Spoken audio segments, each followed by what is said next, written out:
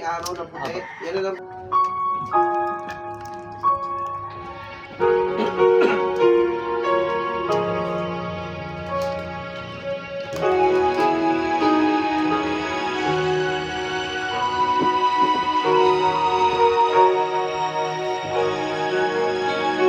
Okay, focus mo. Ay Kristo, buhay ko'y may katiyakan.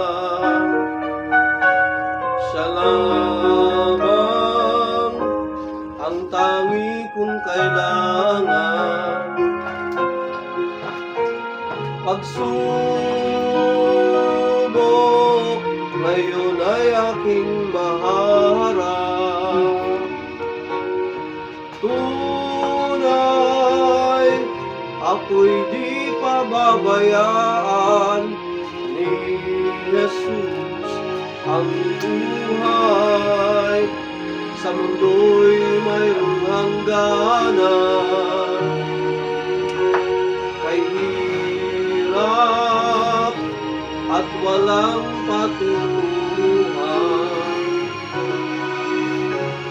Salamat kay Jesus, ako'y natagpuan. Ang buhay sa Kanya'y may katiyakan. Kristo, huwag ka nang mag-alinlangan. Siya lamang ang tangi mong kailangan. Pagsubok ngayon ay aking maharap. Tunay, tayo'y di pababayaan ni Jesus ang buhay. Sa mundo'y mayroong hangganan. Kay hirap at walang patutuhan. Salamat kay Jesus, ako'y natagpuan. Ang buhay sa Kanya'y may katiyakan. Ang buhay sa Kanya'y may katiyakan.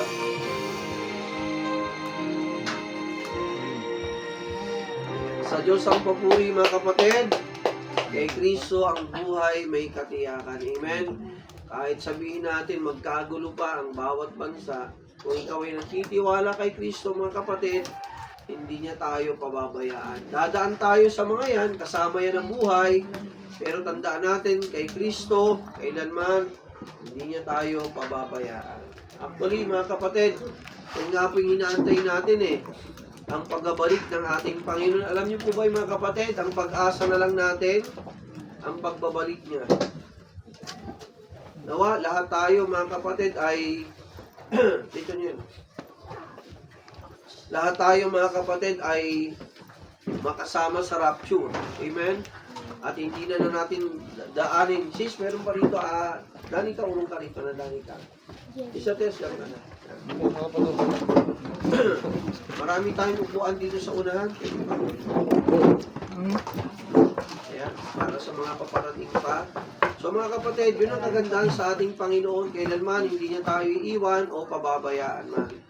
So tayo pong lahat ay tumindig. Manalangin po tayo sa Panginoon para sa ating mensahe ngayong umagang ito. So pag-iusap mga bata, bedroom ka, doon ang lalaki, dito ang babae. Dito meron tayong disiplina sa ating simbahan, kahit pa paano. Okay? Manalangin tayo. Dakilang Diyos, aming Ama, pagpalain niyo po, Diyos, ang pagkapahayag ng iyong mga salita sa umagang ito. Mangusap kayo sa amin, Panginoon. Ipakita niyo po, Diyos, ang iyong kadakilaan sa aming buhay, sa aming kalagitnaan. Ihanda niyo po, O Diyos, ang puso, mga isipan ng bawat isa, O Diyos, upang kami ay makapakinig ng iyong mga salita. Upang kami po, O Diyos, ay kausapin po ninyo, Panginoon, upang kami, O Diyos, ay magpatuloy sa iyo, Panginoon. Sa inyo po namin, Diyos, binabalik ang lahat ng pasasalamat, papurit, parangal, pagsamba, sapagkat itong aming dalangin at samo sa ngalan ni Jesus. Amen. Okay, be seated.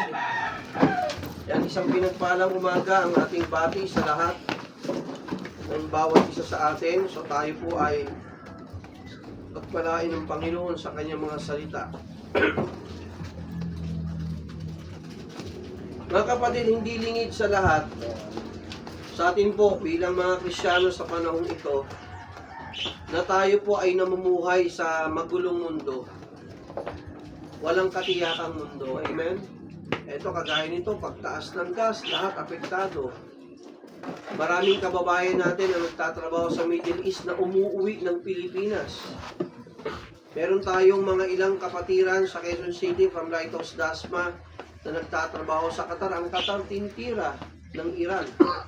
Mga kapatid, damay sila. Sa madaling salita, kahit sabihin natin, mataas ang posisyon mo ron, magandang sahod mo, no choice ka kung buhay mo naman nakataya, amen? At kung hindi ka na makakauwi sa pamilya mo, better, umuwi ka na lang habang hindi ka pa napapahamak. So mga kapatid, maraming Pilipinong apektado. Meron tayo ditong kapitbahay. Pasensya na. Walang-wala kami. Yung misis ko, mister ko, o yung anak ng tatay ng mga apo ko, nandun sa Middle East. Talagang hindi makapagpadala, Paso, dahil hirap na hirap sila ngayon. So mga kapatid, namumuhay tayo sa mundong walang katiyakan. Amen? At hindi rin natin kailan tiyak kung kailan bababa ang gas. Yun ang malungkot dun eh. Talagang damay-damay lahat. So mga kapatid, sabi ng mundo, sabi ng Bible, sa mundo talagang daranas ka ng pagsubok. Daranas ka ng sigalot. Daranas ka ng kalungkutan. Sumaya ka man, pero pansamantala lang, bukas lungkot na naman. Pero alam mo ba mga kapatid, sabi ng awit kanina, kay Kristo may katiyakan. Amen? Kay Kristo may katiyakan, hindi niya tayo pababayaan, ang Diyos ay kasama natin sa ating buhay. Yan ang kumpiyansa na meron po tayo mga kapatid kay Kristo. Sapagat ang ating Panginoon mga kapatid, pag siya ay nangako, lagi po yang sigurado at kailanman hindi niya tayo pababayaan. So mga kapatid, sa panahong ito, anong dapat nating gawin? Okay, hayaan nyo mga kapatid na tayo po ay magbasa ng ilang teksto sa Biblia upang malaman natin mga kapatid kung ano ang mga pangako ng Diyos sa ating mga nagtitiwala sa Kanya. Halimbawa, sa mga crisis na kinakaharap na natin, no? Dapat ba tayong mangamba? To be honest, tayo'y tao pa rin. Amen? Nakatira dito sa mundo. Pastor, kinakabahan ka pa ba? Sinong hindi? Kung normal kang tao, nandun yung pag-aalala tama? Ang taong normal, nag-aalala yan. Ang taong normal, minsan, kinakabahan. Ang taong normal, minsan, para bang kinakapitan ng parang takot, no? Normal sa tao yon. Pero sa ating mga Kristiyano, ano bang sabi ng Biblia? Diba sabi ng Bible, rejoice, amen? Be glad. Magtiwala ka sa Diyos. Ilagak mo ang pananampalataya mo sa Diyos. Yan ang sabi ng ating Panginoon. So ang ating topic sa umagang ito, yan ang kahalagahan ng panalangin. Bakit ba tayo dapat ay magtiwala sa ating Panginoon at sa kanya lang dapat ilagak natin ang ating pananampalataya? So itutuloy natin, bagaman in connection with our topic sa ating kaninang Sunday School, ang kahalagahan mga kapatid ng panalangin. Dapat ba tayo magtiwala sa Diyos? Hanggang kailan tayo magtitiwala sa Kanya? Sumunod, maaasahan ba natin ang Diyos sa aspeto ng ating buhay bilang mga Kristiyano? Ang sagot ng lahat mga kapatid ay oo. Kailangan natin si Kristo sa ating buhay sapagkat siya lamang ang Diyos lamang ang ating pag-asa sa mundong ito. Okay? So tayo po ay muling tumindig at basahin natin ang teksto sa Biblia. Yan, nakita na natin sa unahan. Basahin natin sa Psalms number 5 verse 3. Psalms number 5 verse 3. Ating pong tunghayan ang Biblia, Psalms number 5 verse 3. Tayo pong lahat ay tumayo at basahin natin itong sabay-sabay. Psalms number 5 verses 1 to sama na natin to verses 1 to 4. Okay, sabi dyan, kung nakita na, say aloud, amen. Psalms number 5 verses 1 to 4. Okay, basahin natin ang wikang Ingles. Sabi rito mga kapatid, give ear to my words, O Lord, consider my meditation. Verse 2, sabay-sabay tayo. Hearken unto the voice of my cry, my King and my God, for unto thee will I pray. Verse 3, my voice shalt thou hear in the morning. O Lord, in the morning will I direct my prayer unto thee, and will look up. Verse 4, for thou art not a God that hath pleasure in wickedness, neither shall evil dwell with thee. Okay, pagpalain ng Panginoon kanyang mga salita, tayo pong lahat ay makakaupo na. Pastor, sa mga gumagawa ng kalukuhan, makinig ka, sa mga gumagawa ng mga kasamaan, sa mga gumagawa ng ikakapahamak ng tao, yung mga gumagawa nun na mga kapatid, tulad nitong bansang ito, Iran. Pastor, nalulugod ba ang Diyos sa mga gumagawa ng masama? Ikaw muna tatanungin ko, nalulugod ka ba pagka nakakasaksi ka ng taong masama na gumagawa ng kasamaan sa ibang tao na wala namang malay? Mga kapatid, hindi nakakatuwa. Ganon din po ang Diyos. Kailanman siya hindi natutuwa, o kung lumayos, hindi siya natutuwa sa lahat ng gumagawa ng kasamaan. Sabi nga rito sa verse 4, thou art not a God that hath pleasure in wickedness, neither shall evil dwell with thee. Sabi sa wikang Tagalog, hindi ikaw ang Diyos na hindi natutuwa sa mga gumagawa ng kasamaan, sa mga gumagawa ng katampalasan, hindi natutuwa ang Diyos. Okay? Sabi ito, neither shall evil dwell with thee. At walang kasamaan nananahan sa Diyos. Kaya muli, ang tanong kanina, nalulugod ba ang Diyos sa mga gumagawa ng masama? Hindi. Yan po ay kanyang kinukundina. Nakuha po mga kapatid. Sabi rin ng Bible, nagtatawa sila ngayon. Pero sabi ng Bible, sa huli, ang Diyos ang hahalakhak sa kanila. Kapag sila'y tatawag sa Diyos, kailanman hindi sila papakinggan ng Diyos. Ang kanyang tenga, kanyang titikom. Ang kanyang matay, kanyang ipipikit. At ang kanyang kamay ay kanyang iiklian. Sapagat nasa Diyos ang huling halakhak. Ngayon, tuwang-tuwa sila. Dahil ang daming taong napapahamak. Maraming taong walang malay na nadadamay. Ngayon, tawang-tawa sila. Pero sa dulo, mga kapatid, ang huling halakhak ay sa Diyos. So, kailanman mga kapatid, ang Diyos ay hindi natutuwa sa mga gumagawa ng kasamaan. So, malinaw sa atin mga kapatid, ha? Hindi siya natutuwa sa mga gumagawa ng kasamaan. Sabi sa verse 1, give ear to my words, O Lord, consider my meditation. Sa panahong ito mga kapatid, kung meron tayong pinakamahalagang magagawa, mga kapatid, bilang mga Kristyano, walang iba, kundi ang pananalangin. Mga kapatid, pinakamahalagang magagawa natin mga kapatid, ang manalangin sa Diyos, ang dumulog sa Kanya. Ang tanong, Pastor, kaya ba natin puntahan ang Qatar, ang Saudi, para tulungan yung mga kamag-anak natin doon? Para sagipin sila, may magagawa ba tayo? Wala. Ang layo natin, tama? Pangalawa, hindi ka mag-travel ngayon by airplane, baka mamaya ikaw naman ang tirahin ng missile. So, Pastor, ang pinaka-best na magagawa natin? Number 1, lumuhod sa Diyos at manalangin. Amen?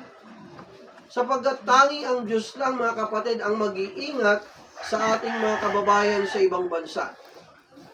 Tanging ang Diyos lang ang mag-aayos ng lahat. Wala na pong iba. Eh, sabi nga ng narinig ko sa balita, ang Israel at ang Estados Unidos hindi makikipag-ayos eh. Abay, mga mayayamang bansa yan, mga kapatid, at hindi mo pwedeng bulihin yung mga yan. Ang Israel, maliit na bansa pero hindi nagpapabuli yan. Kasing laki lang yan ng Metro Manila. Ang Israel kasing laki lang ng Manila pero hindi nagpapabuli. Alam niyo bang Israel, pagdating sa invention, number 1 silang namuna sa buong mundo. At quality ang kanilang mga invention, mga kapatid, hindi peke, hindi kagaya ng bansang letter C. Na isang gamit mo lang, sira ka agad. Sa kanila, mga kapatid, quality ang mga iniimbento nila. Mula USB at iba pa, sa kanila lahat yan kinokopya lang ng ibang bansa, lalo na ng letter C bansa. Abay, mga kapatid, hindi magpapabuli yan. Lalo pang Amerika, hindi rin niya magpapabuli. Mga kapatid, higit sa lahat, mga kapatid, ang pag-asa natin sa mundong ito ay walang iba kundi ang Diyos. Amen? Kaya sabi niyan, Panginoon, pakinggan mo, sabi niya Haring David, pakinggan mo ang aking mga ng iyong tenga, ang aking mga salita. Panginoon, tingnan mo, sulyapan mo ang aking mga meditation, yung aking paglapit sa iyo, Panginoon, yung aking devotion sa iyo. Sabi sa verse 2, hearken unto the voice of my cry, my King and my God, for unto thee will I pray. Sabi ni Haring David, pakinggan mo ang aking tinig, ang aking pag-iyak, o aking hari, o aking Diyos, sapagkat sa iyo ako mananalangin. Mga kapatid, lahat tayo bilang pamilya, dumadaan tayo sa mga pagsubok. Pinansyal, sa anak, sa bahay, sa pangangailangan, trabaho, kapitbahay at iba pa. Walang Kristyano hindi dumadaan sa pagsubok. Amen?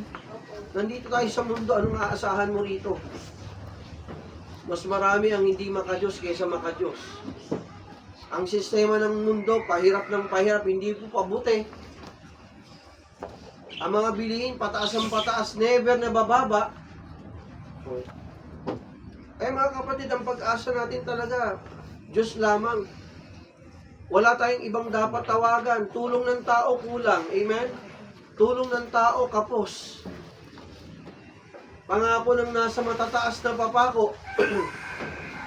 Minsan nakakalungkot, sila pa yung gumagawa ng kabalbalan sa ating bansa. Amen? Sinasamantala yung tax, sinasamantala yung para sana sa tao, sinasamantala minsan na nakaupo. Hindi man sila lahat, no? Alam ko may mga matitino pa rin sa mga nakaupo sa ating gobyerno. Pero nakakalungkot lang, di ba? Minsan kung sino pa yung mayayaman, kung sino pa yung mga nasa taas, sila pa yung gumagawa ng kabalbalan sa ating bansa. Pero tandaan natin to, may katapusan ang lahat. Amen? Hindi makalusot man sila sa batas ng tao, pero sa harapan ng Diyos, hindi po sila makakalusot. Nakuha po mga kapatid, ito ang katotohanan. Pag namatay silang mga kurakot, namatay tayo mga hindi naman mayayaman, ordinaryong tao, saan ba punta natin? Lahat tayo, 6 feet below the ground. Siguro magkakaiba lang sa takip. Sa kanila may building, may maayos na aircon pa, pero ganun din lupa pa rin ang bagsak Amen? Kasi babalik tayo dun wala ka namang madadala. Kahit sabihin natin, milyones ka pa, 25 yung sasakyan mo. Mga kapatid, dahil lang sa payong, binili yung ilang milyong sasakyan, dahil yung payong daw, pag binuksan mo, bumubo ka. Ang galing yung sasakyan na may payong, dahil dun binili. Samantalang tayo. Sabihin nga. Mga kapatid, tandaan natin to. Ano man ang yaman ng tao, listen. Pag ikaw ay binuhay ng buhay, parehas lang. Balik tayo sa lupa, sa alabok. Ang masaklap ito. Ang tanong, pag namatay ka, meron ka bang Kristo sa iyong buhay? Yun ang masaklap. Yun yung pagkakaiba natin. Pare-parehas tayong ililibing sa ilalim ng lupa. Pero ang pagkakaiba natin sa mga hindi Kristyano tayo, meron tayong assurance, meron tayong katiyakan ng langit. Amen? Na tayo namang minsan nagtiwala sa Diyos, naghirap man tayo sa lupa. Sabi ng Biblia, sa langit, may enjoy natin ang presensya ng Diyos. Amen? Nang walang hanggan. Okay, sabi ito, hearken unto the voice of my cry, my King and my God, for unto thee will I pray. So sa Diyos tayo magtitiwala. Makinig. Sa Diyos tayo tatawag. Sa Diyos tayo aasa. Hindi sa tao. Sapagkat ang Diyos, merong magagawa na hindi kayang gawin ng tao. Sapagkat siya ay makapangyarihan. Verse 3, my voice shalt thou hear in the morning. O diba? Sabi ni Haring David, sa umaga, Panginoon, pakikinggan mo ang aking panalangin. Assurance yun katiyakan yun. O Lord, in the morning will I direct my prayer unto thee and will look up. Sa umaga pa lang mga kapatid, sikapin natin mga kapatid na tayo tumawag sa Diyos. For vain is the help of men. Sabi ito, in the morning will I direct my prayer unto thee and will look up. Mga kapatid, isa to sa nais ko sa aking sariling maging ugali. Ang ibalik ng Diyos yung aking, kumbaga, yung aking delight, yung aking kagustuhan, yung aking pagnanasa, na kausapin ko siya lagi sa aking buhay. Okay, unang punto mga kapatid ay ito. Mabilis lang na po ang ating mensahe ngayong umagang ito. Number 1 mga kapatid, let us connect with God. Sa mundong walang katiyakan, sa mundong parang lagi na lang puro kalugi, pastor. Lagi na lang tayong nagdurusa sa mundong ito. Lagi na lang tayong dumaraanas para bang nandun tayo sa para kang nandun sa gilingan ng gilingan ng ng laman ba yun? Yung gilingan. Para kang log na nandun sa kayuran lagi, para kang kinakayod mga kapatid, no? Para bang uubusin yung pasensya mo. Uubusin talagang meron ka. Nandito tayo sa mundo Uusigin ka talaga.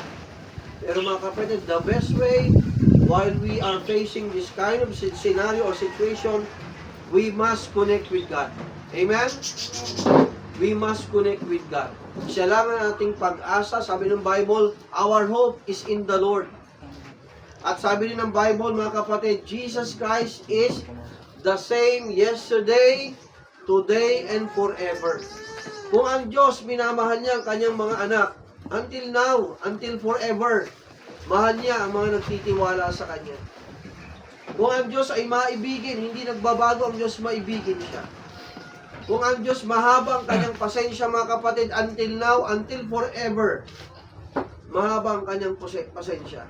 Kung ang Diyos ay makapangyarihan noon, ngayon, at magpakailanman, hindi po nagbabago yun. Ang ating Diyos ay makapangyarihan. Mga kapatid, let us connect with God. Tatanungin ko kayo, sa isang araw, ilang beses ka bang nananalangin? Baka pagkakain lang. In Jesus' name, amen. Minsan baka nakakalimutan mo pa, nakasubo ka na, nakalunok ka na, wala akong papasalamat sa Panginoon. Mga kapatid, very ordinary, minsan ang ating mga panalangin, pero ang sinasabi ko nito mga kapatid, let us connect with God, mas malalim ito mga kapatid. Aba, yung mga Krisyano nga dating nauna, tulad ni Haring David sa atin kung titinong, very connected sa Diyos Pero mga kapatid, kahit sila minsan nakakalimot Nagpi-fail sila much more tayo sa panahon ito mga kapatid, na napakaraming distraction sa ating mga mata, sa ating harapan. Napakaraming, kumbaga, nagbibigay alalahanin sa atin. Mga kapatid, let us find mga kapatid, ways to connect with God. Ibalik natin mga kapatid yung family time prayer, mga kapatid. Yung personal prayer natin mga kapatid, talamitan sa Diyos, ibalik natin. Number 1, kulang tayo dun Ang panalangin natin napakababaw. Ito rin nga mga kapatid, na-realize ko We are so much busy for the kingdom. But we are not busy with the king. Iba yun Puro ka busy. Hindi masama ang mag-soul winning. Makinig ha, hindi masama ang maglingkod. Hindi masama pumupok sa church, magawa, maglinis, hindi masama lahat yung mga yan. Pero ang tanong, busy ka ba with your master? Busy ka ba with your God? Are you having a deep relationship with your Lord, with your God, with your master, with your creator? Yun yan eh. Masyado tayong busy sa mundo. Pero wala kang time personal sa Diyos. Hello? Baka sa isang araw hindi natin kinakausap ang Diyos. Baka nakakalungkot ang kanyang mga salita. Minsan lang natin mabuksan tulad ngayon. Imbis ng Bible ang buksan natin, cellphone ang binubuksan natin. Mga kapatid, ibang cellphone sa Bible. Dali niyo mga Bible niyo. Amen? Pero na kung talagang wala kayong Biblia, magsabi kayo para makatanggap kayo ng libre. Mga kapatid, Bible natin nabubulok na. Inaamag na, iniipis, dinadaga, iniitlugan ng butiki. Hindi man lang natin mabuksan. Makinig. Buti pang cellphone natin eh. Walang patid na lagi nating hawak at guilty ako rito mga kapatid. Guilty tayo rito lahat. Patatanin ko kayo isa-isa, kayo na sumagot. Ilang beses mo sa isang linggo nabuksan ang Biblia mo? At ilang beses mo binuksan ang Biblia mo na nanalangin ka sa Kanya at inunawa mo ang Kanyang sinasabi? Ilan? Marami sa atin dito, guilty o guilty tayo lahat. Mga kapatid, let us deepen our connection with God, lalo na sa panahong ito, mga kapatid. Pag ito ay nag-worse pa, talagang wala na tayong ibang pag-asa kundi ang Diyos eh. Isip ko na doon, halimbawa, kung tayo nandun sa Middle East, di ba, galit din sila sa Pilipinas. Ano kaya kung tayo naman huwag naman Lord, paulanan, halimbawa lang. So, hindi natin alam eh. Hello mga kapatid, ang tanging pag-asa lang natin mga kapatid, ang Diyos. Kaya let us deepen our connection with God. Okay, pangalawa. Hindi lang makipag-connect ka, mga kapatid. Let us have a constant communion with God through prayer. Mga kapatid, our prayer life, dapat iayusin natin ito mga kapatid. Yung ating dependence sa Diyos. Kahit ako, kailangan ko to eh. Naalala nyo nung tayo na save? Di ba ang sarap panalangin sa Diyos bago tayong ligtas? Umiiyak pa tayo eh. Hello mga kapatid. Nung ikaw ay bagong ligtas, ang saya-saya mo. Hindi ka mawala-wala sa simbahan ng Panginoon. Makinig. Lagi ka nagbabasa ng Biblia. Laging usal yung dila, panalangin sa Diyos. Pero nung tumagal na, ilang taon lang ka ng Kristyano, napapabayaan na natin ang ating closeness sa Panginoon. Sa totoo lang mga kapatid, nung time na yun, gusto kong ibalik sa akin ng Panginoon, umiiyak ako sa panalangin. Yung lahat ba ninanamnam mo, kabutihan ng Diyos, kadakilaan niya, na para bang mga kapatid, pag umiiyak ka sa Kanya, Lord, talagang wala akong ibang pag-asa kundi ikaw lamang, Panginoon. Yun din bang prayer mo mga kapatid? Ibalik ng Diyos sa'yo yung marugdog na panalangin sa iyong sarili. Yung bang merong pagiging seryoso. Makinig, Carlo. Mga kapatid, let us have, not just connect with God, let us also deepen our communion with Him through our prayer life. Mga kapatid, bakit pa so? Sa prayer, kailangan natin ang kapangyarihan ng banal na Espiritu. The power of the Holy Spirit, kailangan natin mga kapatid. That is why we pray. Amen? We pray to the Lord, to our God. We need the power of the Holy Spirit. Wala tayong magagawa.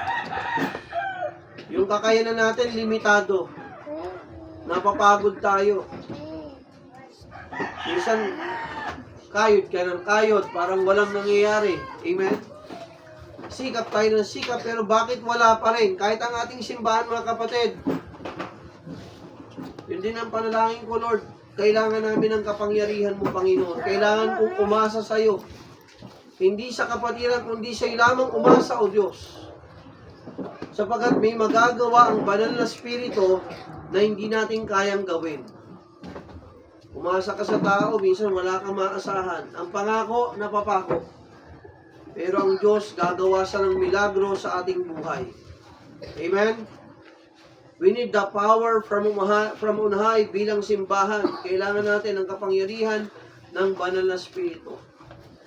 Kailangan nating mapuspos tayo ng kanyang banal na presensya. Kaya nga anong sabi ng Biblia?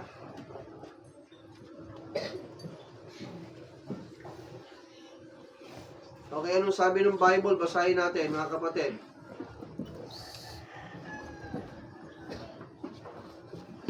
Sabi po ng Biblia, mga kapatid, tayo'y mapuspos ng kanyang kapangyarihan.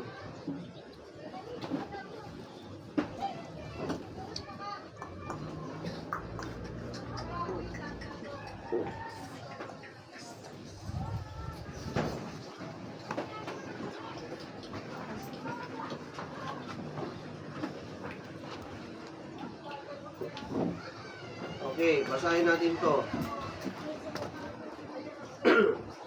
Ephesians 5:18. Makinig. Okay, sabi rito sa Ephesians 5:18, and be not drunk with wine, wherein is excess, but be filled with the Spirit. Sabi ito sa wikang Tagalog, at huwag kayong magsipaglasing o mapuspos ng alak na kinaroroonan ng kabuluhan o kasamaan, kundi kayo ay magpuspos ng banal na Espiritu. O makinig.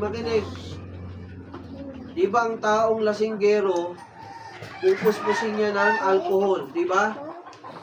O makinig ha. Ang taong lasing, lulong sa alak, anong itsura? Pagka matino, okay lang. Matino. Pero pag siya inapuspos ng alak, ano itsura ng asong puspos ng alak?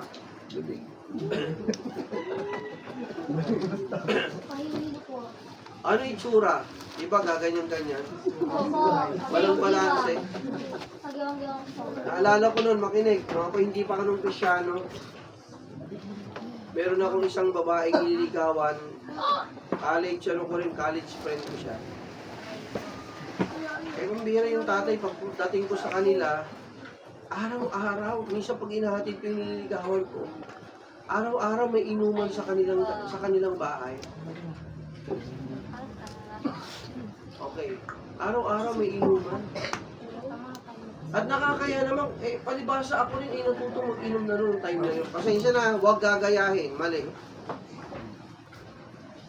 Minsan niyaya ako ng tatay kasi natuto na akong uminom ng time na yun. Gin, walang pulutan. Gin lang. Walang chaser, walang juice. Makinig ha, listen. Bibigyan lang ng isang kalamansi at ano na yan. Alam mo, binigyan ako ng tatay ng babae, sa'yo yan. Doon sa, manugang niya kasi asawa yung isang anak niya. Sa'yo yan, Richard. Sa akin to. Ang bihira mga kapatid, isang boting, nahiya na akong tayo. Nandun ka na sa loob Ano ka? Niligawan niya anak ko Ang bihira mga kapatid, ilang beses yun naranasan ko. Sabi ko sa isip-isip ko nun kaya ko pa kayang umuwi. Isang bote lang, pero walang pulutan. Yun lang, tagay-tagay kami. Mga kapatid, papaalam na po ako. Alam mo, sabi ko sa sarili ko, makakaulo pa ba ako? Siguro kung may video lang, diyan, masarap i-video yung ko nun, yung paglalakad ko Mula Bautista hanggang Area C, hanggang San Andres Dos, maglalakad ako. Mga kapatid, sabi ko, feeling ko, hindi ko mabalanse yung lakad ko. Bagaman may wisyo pa rin naman ako, pero mga kapatid, hindi ko kontrolado yung galaw ko. Tapos yung lalakad ako mga kapatid, gusto kong bilisan kasi hilong-hilo na ako Alam mo, pambira, paghiga ako sa higaan, para kung alam mo yung plaka na piniplay, yung mga plaka, di ba may ganun yun, di ba tinidor, tapos tutunog na siya.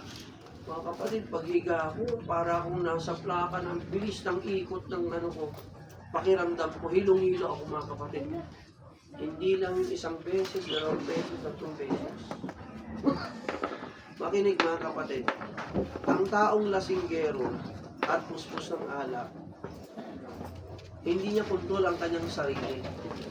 Sino nagkukontrol sa kanya? O yung alak. Yung espiritu ng alak. Kahit nga ang utak niya, hindi niya makontrol eh. O makinig, meron akong pinsan. Listen ha. Naku, kung ako ay lango, mas langutong isa. Pinsan ko mga kapatid. O makinig ha, listen. Puspos ng alak. Abay, pambira, papasok sa kwarto. Bubuksan yung cabinet. Sa cabinet namin umiihi. Will, umita ka dyan. Will, kilala. Laging ganun. Will, Tapos, doon. isang araw umuwi. Naku po, nag-imbita rin ng taong puspos din ng alak. Eh, nung time na yun, college ako nung binata pa kami. Yung cabinet niya. Mga kapatid, ang taong puspos ng alak, siya'y kontrolado ng alak, ng espiritu ng alak. Pero sabi dito mga kapatid, sa ating teksto, at huwag kayong mapuspos ng alak sapag ito'y karumal-dumal. Kinaroroonan ito ng kaguluhan, kundi kayo mga puspos ng banal na espiritu. Ay kung tunay kang ligtas, listen, kung tunay kang ligtas, makinig, kung tunay mong tinanggap si Kristo, si Kristo. O, Kristyano ka na ngayon, Chan, di ba? Sabi mo yan eh. Abay, huwag ka na mapuspos ng alak, pambihira ka eh. Iligtas ka na nga ng Panginoon eh. Nakuha po. Mapuspos ka ng banal na espiritu. Ang taong puspos ng banal na espiritu, mga kapatid, kalooban ng Diyos ang makikita mo sa Kanya. Amen? Buhay na maayos, buhay na matuwid, buhay na may kabanalan, ang makikita mo sa taong puspos ng banal na espiritu. Makikita mo sa Kanyang bagong buhay. Nakikinig po ba kayo, mga kapatid? So, balikan natin mga kapatid yung number 2. Sabi dyan mga kapatid, let us commune with God through our prayer life and ask the power of the Holy Spirit in us na makita ng tao. Sa ating simbahan mga kapatid, itong aking panalangin, Lord, puspusin mo kami, hindi ng kasalanan. Puspusin mo kami ng iyong kapangyarihan, Panginoon. Hindi ko kaya, kahit anong paalala ko sa inyo. Hindi ko kaya mag-isa yun mga kapatid. Yung tigas ng ulo ng anak natin, hindi natin kaya yan, mga kapatid. Hindi natin kayang kontrolin, pero mga kapatid, sa Diyos walang imposible. Amen? Kaya silang baguhin ng ating Panginoon. Yung nangyari sa ating bansa, yung nangyari sa mundong ito, mga kapatid, ang pinaka-best na magagawa natin, manalangin sa Diyos. Amen? Mahayag ang kapangyarihan ng Diyos sa kanilang buhay. Okay, pangatlo, not just connect with God, commune with God. Number 3, let us commit ourselves to the Lord. Let us be committed. Nakuha po mga kapatid, let us commit our lives to the Lord. Sabi ng Bible mga kapatid, tayo ay sa Kanya, sapagat ang banal na Espiritu ay nasa atin. We are the Lord's. Tayo po ay pag-aari ng Diyos. Nakikinig po bang lahat? Umarap dito. Nakikinig pa kayo? Abay, kung tayo ay pag-aari ng Diyos, huwag tayong lalayo sa Diyos. Amen? Siya lamang ang ating pag-asa sa mundong ito. Kumbaga, we are nowhere to run to. Only to God. Siya ang ating pag-asa. Siya ang ating buhay. Siya ang ating tagapagligtas. Siya ang ating manunubo. Siya ang ating Almighty Creator, Almighty God, Everlasting Father. Who knows everything. Abay, kung ang ating Ama sa langit, kinumit niya ang kanyang anak, ibigay sa atin. Sino ba tayo mga nilikha niya, hindi rin igumit ang ating buhay kay Kristo? Amen? Abay, ilagak din natin ang ating mga sarili sa Diyos. Pag sinabi mong you commit yourselves, mga kapatid, ibigay mo ang buhay mo kay Kristo. Paglingkuran mo siya, amen? Bigyan mo siya ng oras sa buhay mo. Bigyan mo siya ng panahon sa buhay mo. Hayaan mo, mga kapatid, ng banal na Espiritu ang magkontrol sa ating buhay. Sa lahat ng ating desisyon, pasya, plano, at mga gagawin. Hayaan natin ang Diyos ang magkontrol sa atin. At i-commit mo ang sarili mo sa Panginoon. Mga kapatid, listen. Kung ikaw hindi ka committed na nanay, pagbubutihan mo ba ang pagiging nanay sa anak mo, sa pamilya mo? Hindi. Ay, pahala yung mga anak ko. Ay, papatol na ako sa iba. Ganon din ang tatay. Kung hindi ka committed, kung kani-kaninong bahay ka pupunta. Pero pag committed ka sa Diyos, mga kapatid, susunod ka eh. Hindi mo pababayaan ang pamilya mo eh. Ganon din kayo mga estudyante. Pag committed ka sa pag-aaral, ay hindi ka tatamad-tamad. Amen? Pag-uusayan mo ang pag-aaral mo para hindi lang para sa magulang mo, para sa future mo. Abay mga kapatid, kung Kristiyano ka, dapat magiging tayong committed sa Panginoon. Pagbutihan natin, amen? Let us give our best service to the Lord. Let us give our best time to the Lord. Committed ka eh. Let us give our lives to Him alone. Ibigay mo yung buhay mo kay Kristo. Huwag mo ibigay lang yung kalahati. Ito lang. Huwag lang yung parang part-time mo lang ang Panginoon, part-time lang ang Diyos. Hindi. Abay, kung ang Diyos nga, kinumit niyang kanyang buhay para sa'yo, buong buo. Eh, sino ba tayo? Para hindi rin humit ang ating buhay kay Kristo. Ngayong ikaw ay anak na ng Diyos. Pag-aari niya na. Abay mga kapatid, let us commit our lives to the Lord. Pag sinabi mong commitment, i-commit mong buhay mo, yung lakas mo, amen? Yung oras mo, yung ability mo, yung talent mo, mga kapatid, kahit pa yung ating pananalapi na pinagkatiwala sa atin ng Diyos.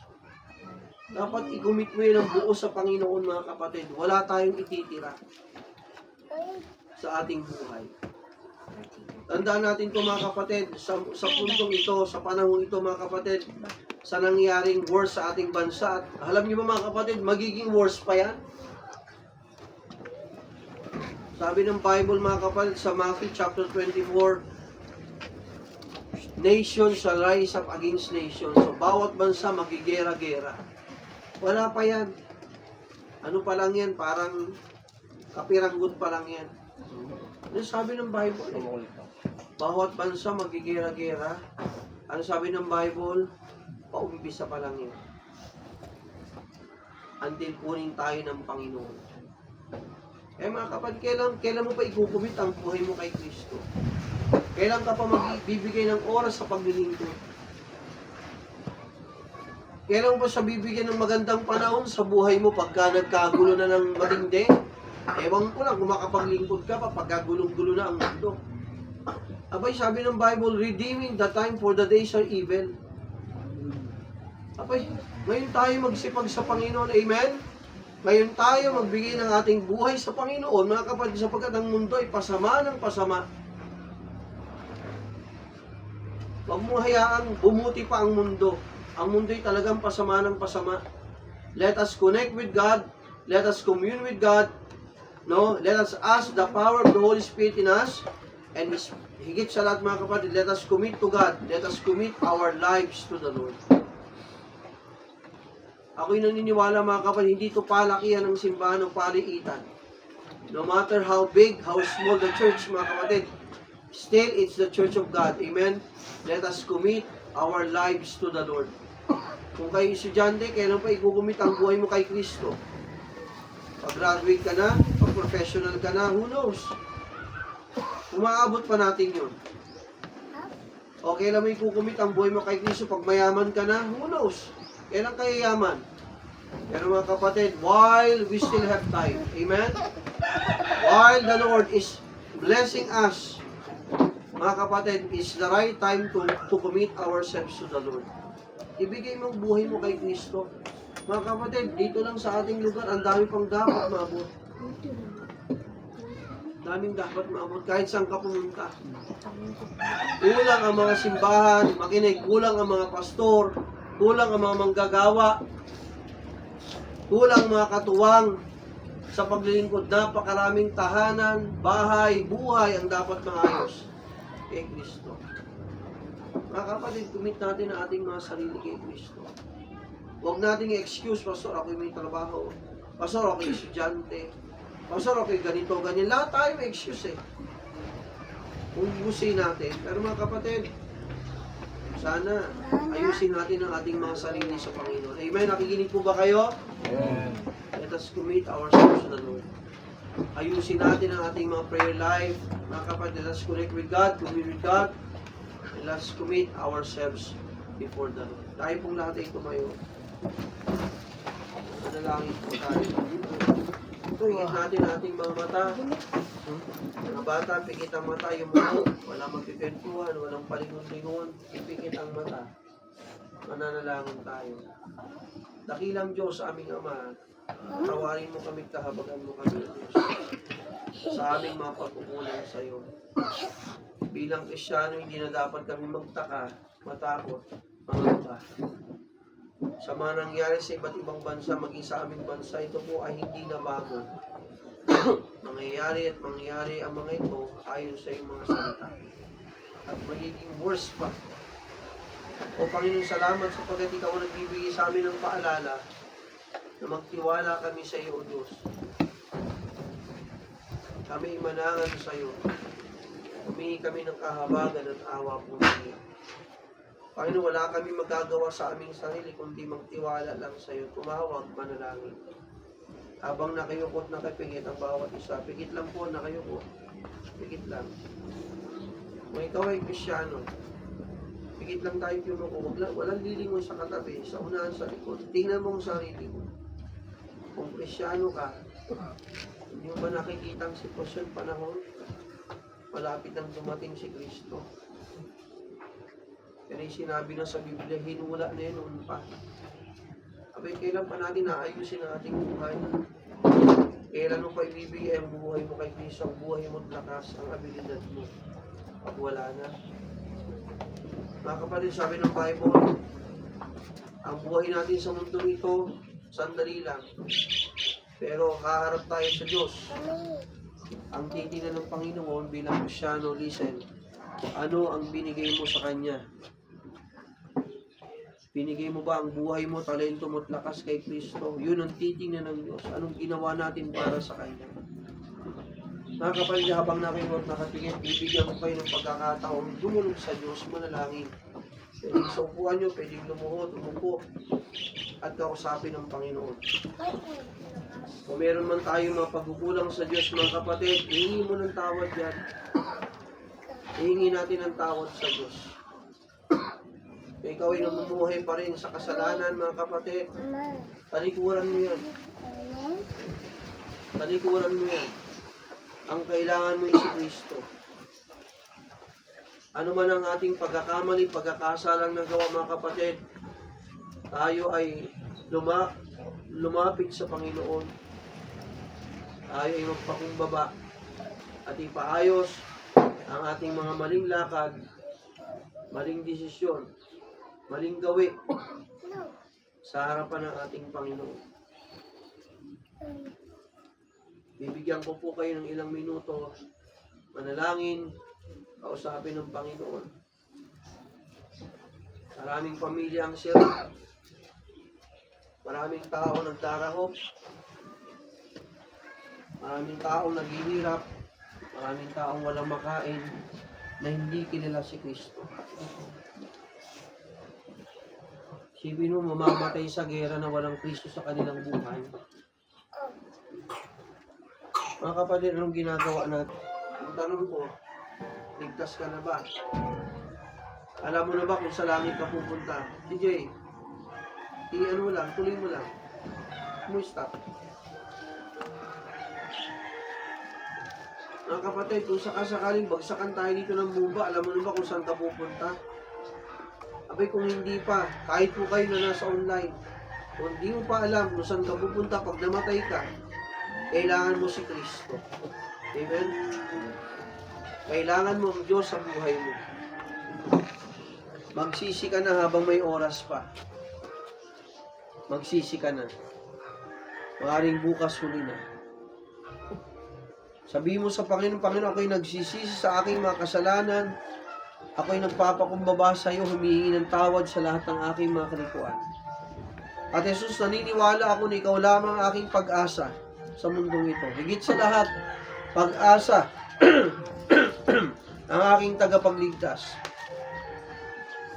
Naniniwala ako sa iyo, O Jesus, na ikaw ay namatay sa kusang Kalbaryo upang pagbayaran ang aking mga sala. Ako'y iligtas sa apoy ng impyerno at bigyan ako ng katiyakan ng langit ng buhay na walang hanggan. Jesus, manahan ka nawa sa aking puso. Ikaw ay tinatanggap ko bilang aking Panginoon, bilang aking Diyos, bilang aking tagapagligtas. Mula sa araw ni Jesus, maghari ka sa aking buhay. Samahan mo ako, tulungan mo ako, pangunahan mo ang aking buhay, at gamitin mo ako maging pagkapala rin sa maraming tao.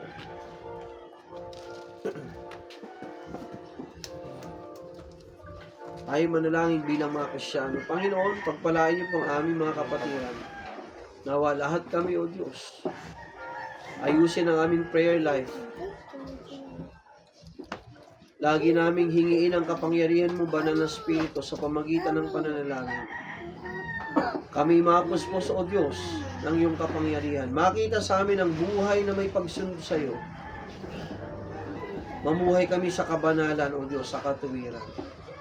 At Panginoon, aming kinukumit ang aming mga sarili sa iyo, binibigay ang aming buhay. Gamitin mo ito, O Diyos, maging pagkapala sa maraming tao, sa kapwa naming Kristyano, at lalo pa sa mga wala pa sa iyo. Tulungan mo kami, Panginoon, at kami pangunahan.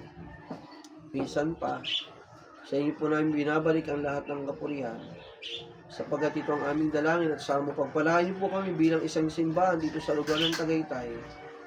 Ang mga kapatiran, Lord, dalangin ko maging mainit sa iyo, sa pag-ibig sa iyo, sa pagbibigay ng kanilang buhay, lakas, oras sa iyo, Panginoon, panahon. At maging katuwa nga talaga, katulong, kaagapay sa mga pagsikap ng iyong simbahan. Lord, I pray that our church here, your church here in Tagaytay, Lighthouse International Baptist Church Tagaytay Mission, ay maging kaming soul winning na simbahan. Nagmamahal sa mga kaluluwa, nagmamahal sa mga taong wala pa sa iyo, Panginoon. Naglilingkod ng sama-samang may kagalakan, may kasiyahan, kapayapaan sa aming puso. Naglalaan ng oras, panahon, lakas, buhay para sa iyo, kahit pa pananalapi. Panginoon, ang buhay ay hindi po pabuti ng pabuti. Help us, O God, to redeem the time. Ayusin namin ang aming mga sarili. Gumising kami. Kumilos kami. Sama-sama maglingkod sa iyo, Panginoon. Para sa iyong kapurihan, O Diyos. Pagpalain niyo pong bawat isa. Ito ang aming dalangin at samo sa ngalan mo, Jesus. Amen. Pause mo lang si Jay. Pause mo. Tapos bigay mo sa...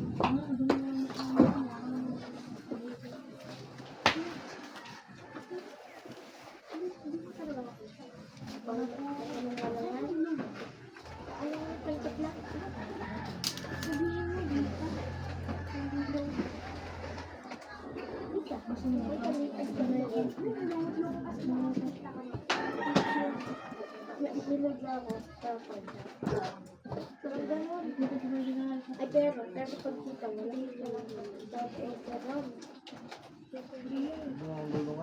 sige, pati.